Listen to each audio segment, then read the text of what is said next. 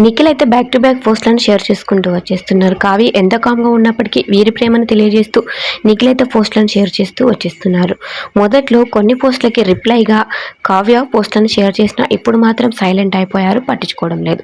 అయితే ప్రతి జన్మకి నువ్వే నా భార్యవి, ఎన్ని జన్మలైనా సరే నువ్వే నా భార్యగా రావాలంటూ నిఖిల్ అయితే ఎమోషనల్ అయితే మరో పోస్ట్ని షేర్ చేయడం జరిగింది.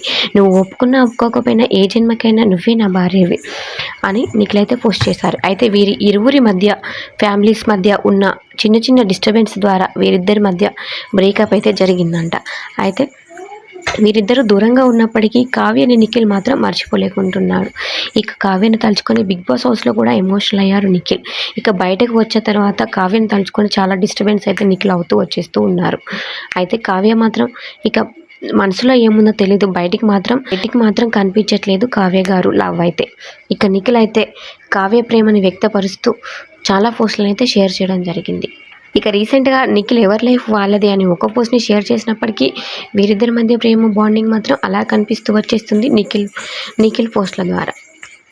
అయితే నువ్వు ఒప్పుకున్నా ఒప్పుకోకపోయినా నా భార్యవే, ఎన్ని రోజులని ఇలా బెట్ చేసి కూర్చుంటావని నిఖిల్ అయితే మరో పోస్ట్ని షేర్ చేయడం జరిగింది.